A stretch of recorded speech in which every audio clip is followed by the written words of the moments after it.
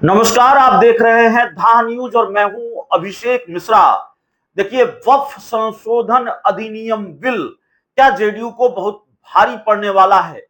वक्फ संशोधन अधिनियम बिल का समर्थन जनता दल यूनाइटेड ने किया है। भारतीय जनता पार्टी के साथ जेडीयू खड़ी रही है।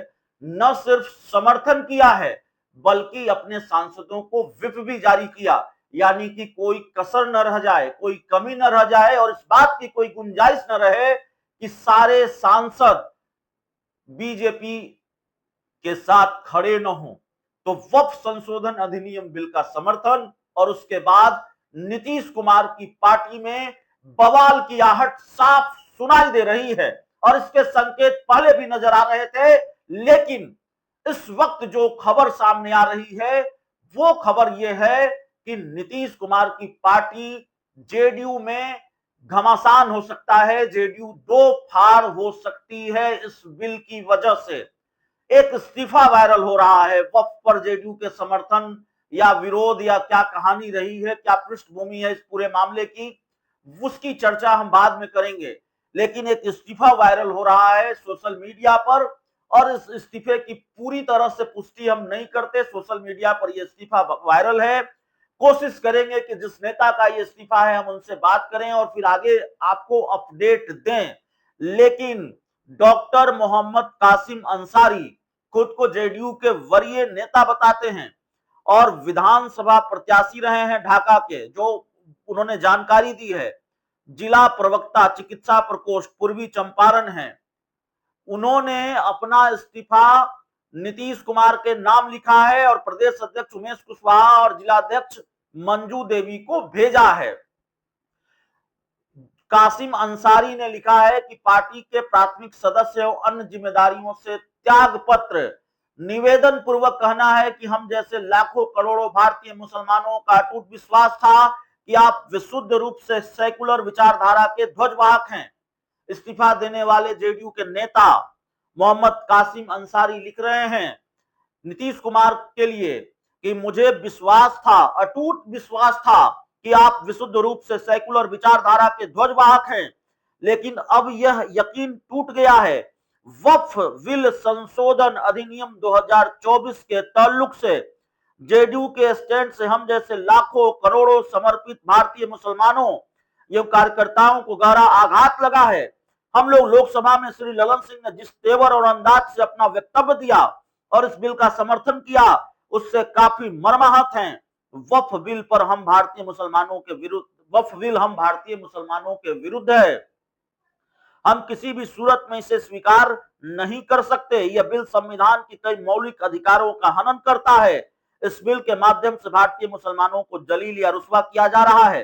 साथ ही यह बिल पसमानदा विरोधी भी है, जिसका एहसास ना आपको है ना आपकी पार्टी को है।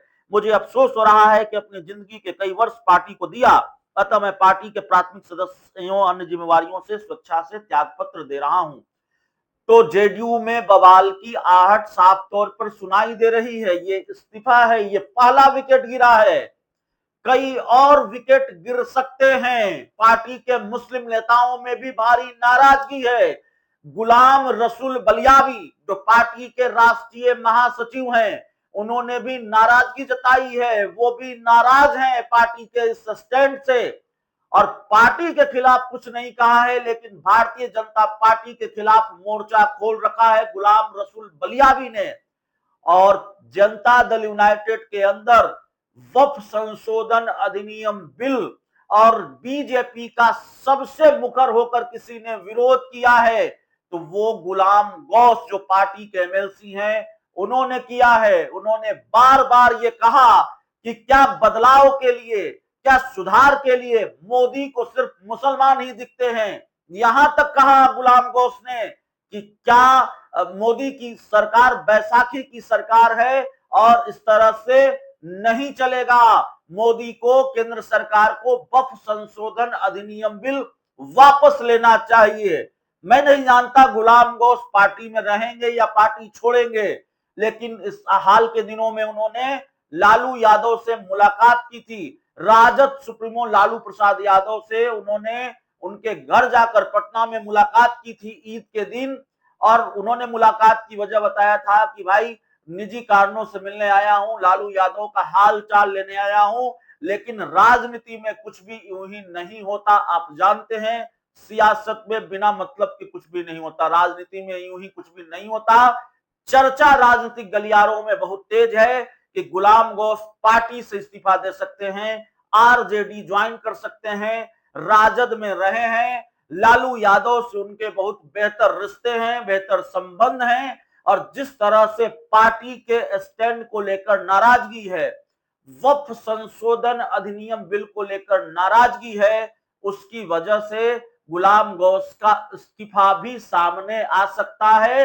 इसकी गुंजाइश से इनकार नहीं किया जा सकता। इस पूरी रिपोर्ट में, इस पूरी चर्चा में इतना ही। और जाते जाते एक आग्रह आप सबों से, अगर आपने इस चैनल को सब्सक्राइब नहीं किया है तो प्लीज कर लीजिए। बहुत बहुत धन्यवाद।